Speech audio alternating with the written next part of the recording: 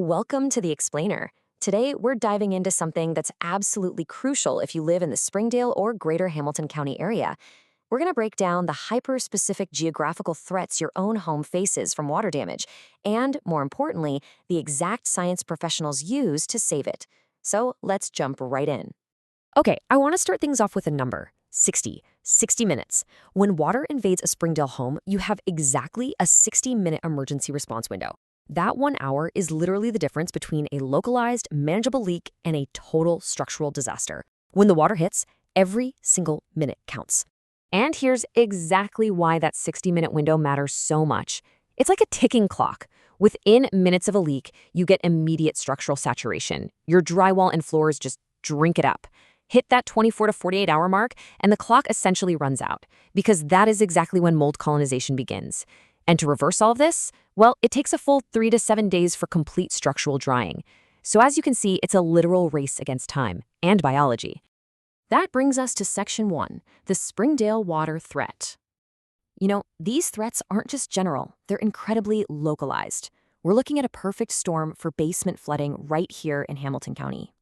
First off, Springdale sits right at the convergence of the Mill Creek and Little Miami River drainage systems. Then you mix in heavy clay soils that literally trap water right against your foundation like a sponge.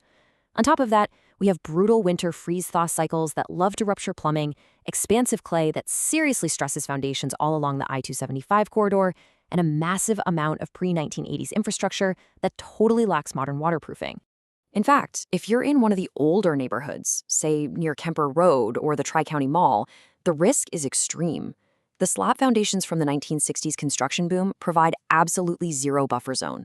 What does that mean? Well, if a pipe fails, the water doesn't just safely pool in an unfinished basement, it floods straight into your finished living spaces within minutes. Let's look at how we fight back in Section 2, the science of drying. Now, to really understand how the pros fix this, we need to nerd out for a second on a highly technical concept called psychrometry. Basically, this is the science of moisture behavior in air and building materials. It utilizes things like vapor pressure, dew point, and grain depression, which is just a fancy way of measuring how much moisture the air can absorb to completely optimize dehumidification. Certified crews use this exact science to mathematically calculate how to pull moisture out of your walls. It's not just setting up a few fans, it's pure physics. But here's the catch. The contamination level of the water completely dictates their scientific approach. Take a look at this. Category 1 is clean water, like from a burst supply line, which just needs standard extraction. But Category 2, that's gray water from, say, a washing machine, and that requires antimicrobial treatment to fight off potential bacteria. And Category 3, black water from sewer backups or storm flooding, is a whole different beast. That requires full hazmat protective equipment, and you literally have to throw away porous materials. So the source dictates the entire strategy. So how does this actually play out? Well, the professional workflow happens in 3 distinct steps. Step 1 is the emergency response. This is where those massive truck-mounted extractors pull hundreds of gallons of water out immediately to stop the bleeding. Step 2 is structural drying and dehumidification. They create negative air pressure to literally yank moisture right out of those hidden cavities. And finally, Step 3 is restoration and rebuild, putting your home back together. It's a highly calculated, systematic methodology. And to pull off that crucial middle drying step, professionals rely heavily on thermal imaging and pin-type moisture meters. These are advanced tools that literally map out the hidden moisture lurking behind your drywall and underneath your subflooring. A basic visual inspection totally misses this stuff. And honestly, this is exactly how you end up with hidden mold weeks later if you try to tackle a flood yourself with just a wet vac. All right, let's move into our final segment, Section 3, Navigating the Aftermath.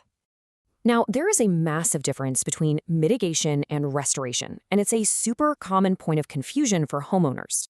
Water mitigation is purely the emergency response to stop the spread. That's your extraction and initial drying, which takes hours to days. Water restoration, on the other hand, is the actual rebuilding process to get your home back to its pre-damage condition. Think installing new flooring and repainting. That takes days to weeks. Simply put, stabilizing the disaster is mitigation, repairing the house is restoration. And doing all of this by the book matters immensely for your wallet. Navigating insurance claims is no joke. Insurance typically covers sudden and accidental damage, like burst pipes, but they will exclude gradual damage from neglected maintenance. To actually get your claim approved, you need rock-solid proof, photo evidence, daily moisture reading logs, and estimates formatted in a specific software called Xactimate, which is what the adjusters require. Having that proper documentation is your absolute best shield to prevent claim disputes and secure full coverage. Which leaves us with a final thought for you to chew on today.